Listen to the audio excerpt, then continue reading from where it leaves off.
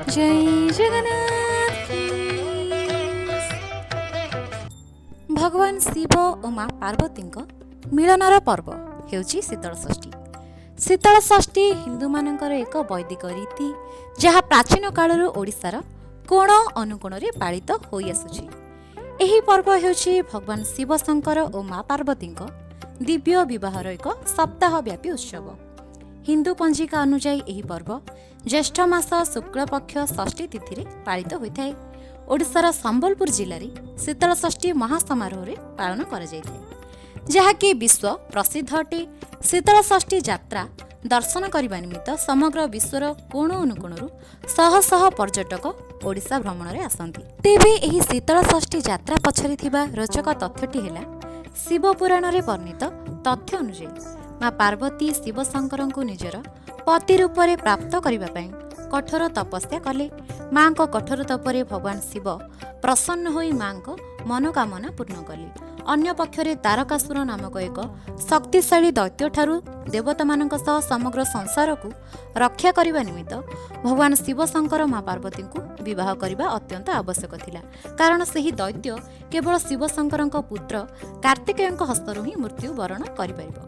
तेणु भगवान शिव शंकर माँ पार्वती सह विवाह करथिले। भगवान शिव और माँ पार्वती होउछंती एक और अभिन्न एवं भगवान शिव शंकर सहित पार्वती माँ विवाह ए पृथ्वीर प्रथम प्रेम विवाह जहाँ ए समग्र संसार को शिव शक्ति अपूर्व प्रेमर वार्ता प्रदान करते। शिव शक्ति एही अपरूप प्रेम विवाह को चिरस्मरणीय करने निमित्त प्रतिवर्ष शीतल षष्ठी पर्व महासमारोह ओडिशार कोण अनुकोण पालित होता है। शिव शक्ति मिलनर पर्व शीतल षष्ठी को देव विवाह बोली मध्य कहुए। तेबे शिव भगवान और माँ पार्वती यही दिव्य विवाह लौकिक रीतिनीति पालन कराए। भगवान को यही दिव्य अपरूप विवाह अनेक भक्त अंशग्रहण करती। एक मनोनीत भक्त परिवार को माँ पार्वती माता पिता रूप में चयन कर माँ को कन्यादान से परिवार करती।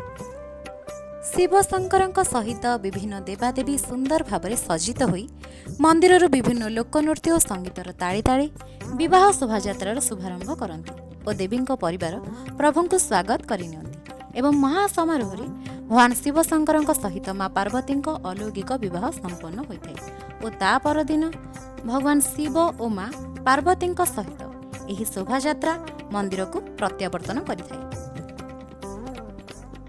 शिव शंकर सहित माँ पार्वती एही दिव्य विवाह अति सुंदर और बड़ धूमधाम ओडिशार विभिन्न शिवालय पालित होता है। शीतल षष्ठी संबंध में अन्य एक रोचक तथ्य होउछि वैशाख मासर प्रचंड रौद्र तापरी समग्र धरापृष्ठ अत्यंत उत्ताप सह्य करथिला।